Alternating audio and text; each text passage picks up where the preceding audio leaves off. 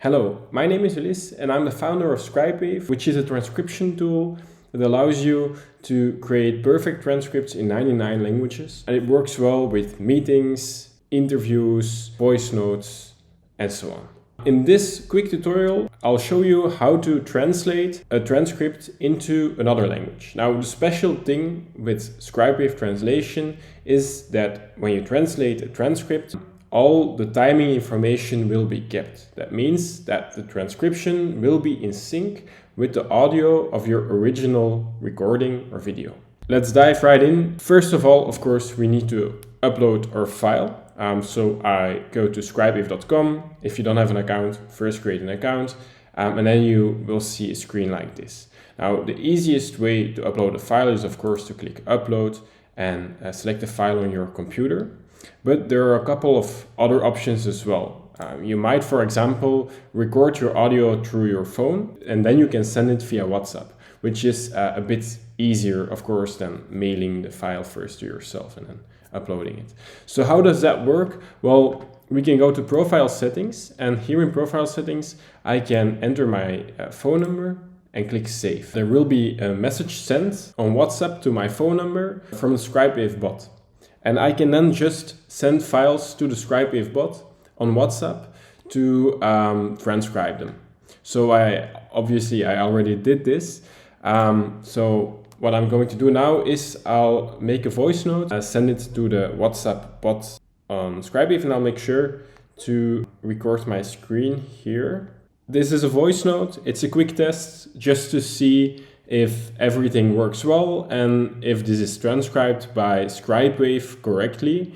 And we'll translate this in a couple of different languages to test out the translation function. All right, now I'm done recording this. I can send this to the WhatsApp bot and it will give me a confirmation that effectively this message has been received and it's being transcribed. And now we have our file and it's transcribed within a couple of seconds, so that went really fast. I can give a different title if I want. I'll call this demo voice note. Then I can check if everything is transcribed correctly. So this transcript seems fine to me. I can edit it if I want. I can also click on a word and then the timecode will jump to that word. So that's very handy. But let's say I want this in Dutch. That's my native language. So let's select Dutch in the translation menu and click translate. And now it's translating.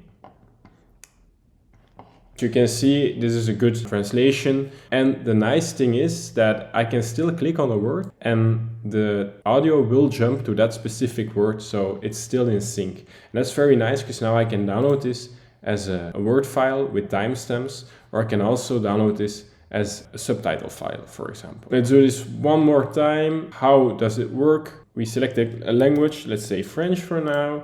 We click translate. You got your translation ready within a couple of seconds.